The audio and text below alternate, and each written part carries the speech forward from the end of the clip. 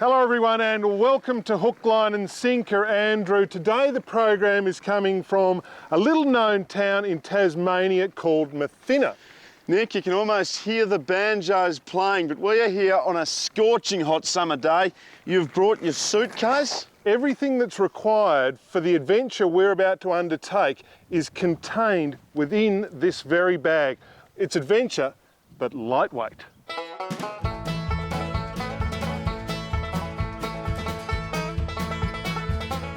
Mathina in northeastern Tasmania enjoyed a massive gold rush in the late 1800s when more than 5,000 people lived there.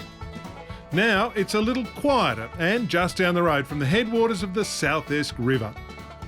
So with the banjos, the sound of banjos, Andrew, subsiding vaguely for a moment. There were curtains moving and people peering out. There were. This is the upper reaches of the very upper reaches, Nick. South Esk River. Tasmania's longest river at a length of 255 kilometres. And this is everything you will need for your own personal exploration. That's not clean. That has been to Cape York. It's a kitchen. Okay. Pump. This is where it gets stupid, folks. The genius of this expedition is blow-up boats. For the recommended retail price of about 80 bucks, you too can have your very own boat and explore uncharted waterways such as this. We don't really know where we'll end up, but we're going to camp out. Yep. We're going to fish, try and live off the land, catch some little trouties, and just see what happens. We don't know if there are any waterfalls, rapids, any of that, really, quite truly. So no. This is an adventure.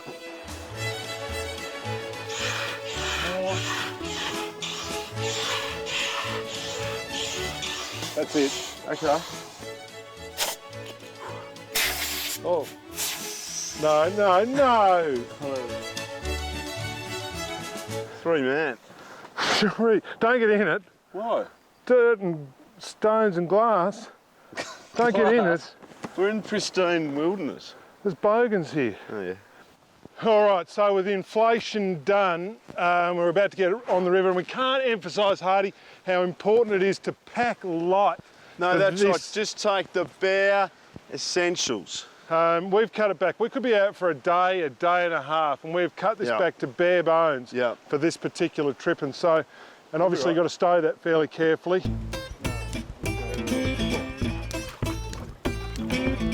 Sleeping gear and clothes, garbage bags, a good idea to keep things dry. I don't know what this is. Esky for refreshments. I've just got the other esky, which has got the food in it. Yeah. Where we put that? And there's all that camera gear. Oh yeah. Right. We're gonna need more boats. Not bad. What are you drawing? I don't know. How much water? Right, I'm off.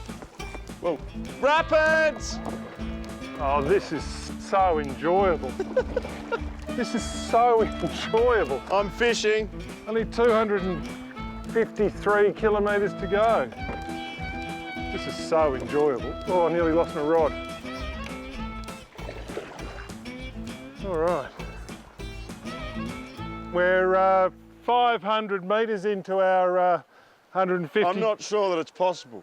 No, and we're having the buyer's remorse. We're thinking this probably isn't going to be possible. Every 100 metres or so there is little sort of rapids and rocky runs like that, and as you go down in your blow-up boat you feel your bottom banging the rocks and scraping, and the money you save in the shop on your cheap blow-up boat is about to come and haunt us, I reckon. This is the first portage we've come to where we can't actually even drag the boats through the shallow water. We have to unload them. This is not great. What do you got? I don't know, what's in this esky? Food.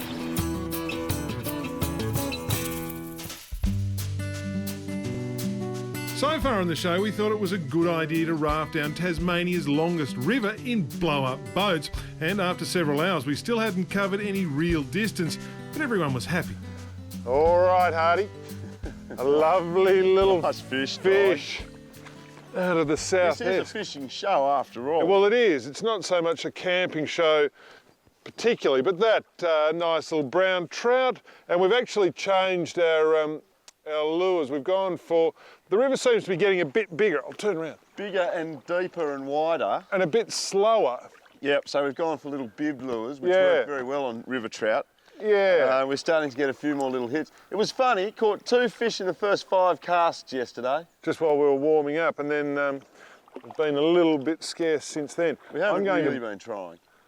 Go ashore here because I don't like hooks near my blow-up boat. You don't like touching fish much either, do you? No, I like fish, they're lovely. A bit slimy. I'll catch one down here. So with a couple of fish in the boat, things were going along swimmingly until Andrew, the stupid boy, dropped his rod in the water. There is Paul Watson, the river guide.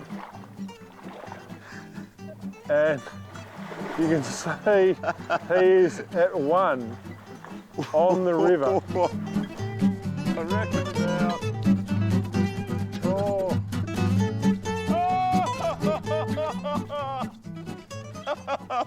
When you're coming on a trip like this, I would highly recommend you take Watto, the river guide, with you. Sorry, I snapped that off.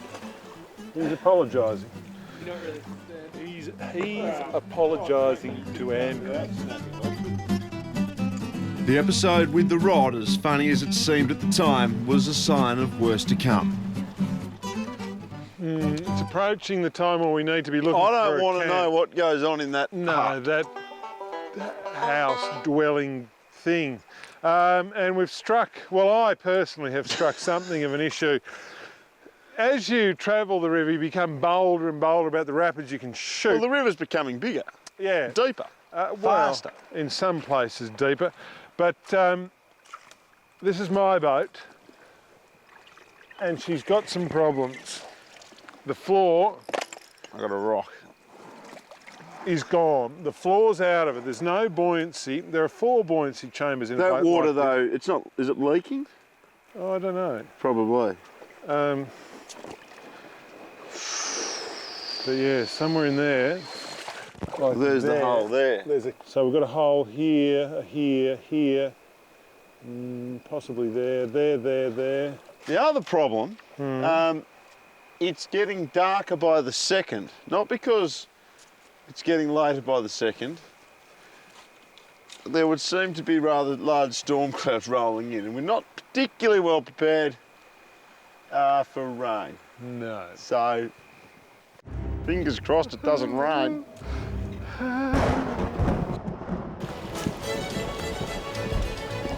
Ominously, as the heavens opened, we felt vulnerable, lost and alone. It was getting late in the afternoon, so we set up camp.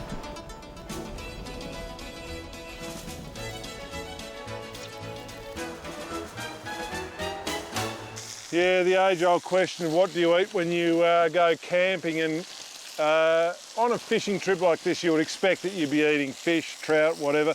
We'll be dining on chops as it turns out, but the nights are pretty long camping, particularly when you're wet in the bush. I don't know where the road is. There could be people here close by watching us potentially. Morning will be a relief.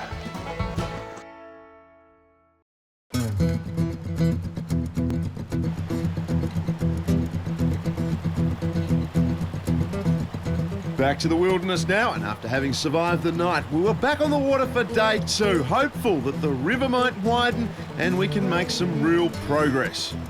Well, it was probably always going to happen. We've hit a bit of a stretch of river with a lot of logs in it. Mike, our cameraman, that's a hole in your boat. It is, Hardy. I misjudged a piece of Well, no, river. what you did was like run straight into a log. Which No, was well, sticking actually, up, it and was, you hit yes. it right on the Okay. bow. Yeah, fair enough. I did. What are you going to do? Well, I'm going to try and repair it, Yeah, fix it. fix it up. Are you enjoying this? Oh, look, I love this adventure. It's just fantastic. What are you enjoying most about it? The rain. The rain's quite good. Yeah. Other than that, wasp and patch. We haven't done a lot of fishing, and that's because it's turned into a bit of a survival journey, to be frank. We started out with 4 boats. We holed one. We've actually repaired that one. We holed catastrophically another one, and it was all getting a bit much. So we have come across a bridge, civilization, and we are going to get out here and reassess our take on the South Esk River. Interestingly enough, we've been going over a day and we've covered probably about 14 kilometres. We've given ourselves 2 or 3 days to do 65. We need a car.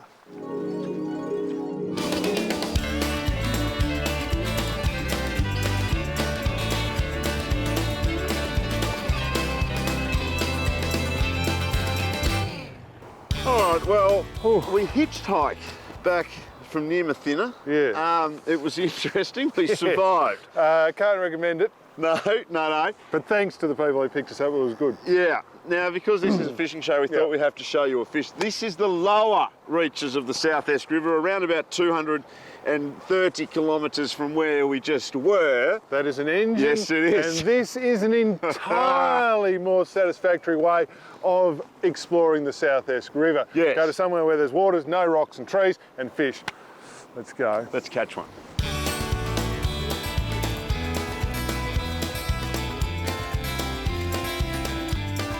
Yes! Oh, Nice! look at it! A beautiful little trout, and my trout guide, who is Andrew Hart, for this occasion said there will be a nice little fish up in this part of the South Esk River. Now and that's what we're talking. Look at that. Beautiful little fish. Fish in a pound or thereabouts, and look at that, I can bring it into the boat with impunity, not worrying about putting a hole in our boat. A little brown trout out of the upper reaches, or the lower reaches as the case may be, of the South Esk there are River. big trout in the South Esk, but most are probably average that sort of lovely little size there. Nice in the pan. Nice one. Thank you.